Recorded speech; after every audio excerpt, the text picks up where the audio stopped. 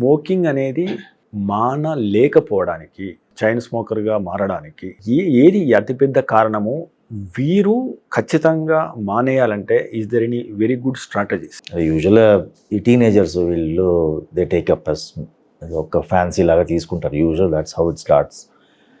తర్వాత ఫ్రెండ్స్ అనో లేకపోతే వాళ్ళు పక్కన ఉంటే వాళ్ళకి చేస్తే బాగుంటుంది, ఒకసారి లెటెస్ట్ టేక్ 1 puff, దాని తర్వాత ఫ్యూ పఫ్స్ అవుతాయి, దాని తర్వాత ఇలాగే స్టార్ట్ అవుతుంది, ఇనిషియేట్ అవ్వడం. ఇది ఇట్లా స్టార్ట్ అయిన smoking, the nicotine is the one thing that యాక్చువల్గా addicting property. So nicotine withdrawal ఉంటుంది, కొన్నిసార్లు షేకింగ్ లాగా అయిపోవడము, ఎక్కువ డిపెండెన్సీ ఉంటాయి. నంబర్ ఆఫ్ సిగరెట్స్ స్మోక్ చేస్తున్న వాళ్ళకి నికోటిన్ రిక్వైర్మెంట్ ఎక్కువ ఉంటుంది. సో నికోటిన్ విత్డ్రాల్ ఉన్నప్పుడు దాని విత్డ్రాల్ సిమ్టమ్స్ వస్తాయి.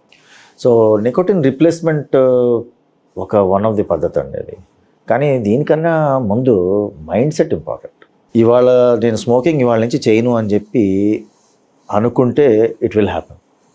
ఈ నికోటిన్ ప్యాచ్లు కాదు, ట్యాబ్లెట్స్ కాదు, no de-addiction centre will help more than the mind.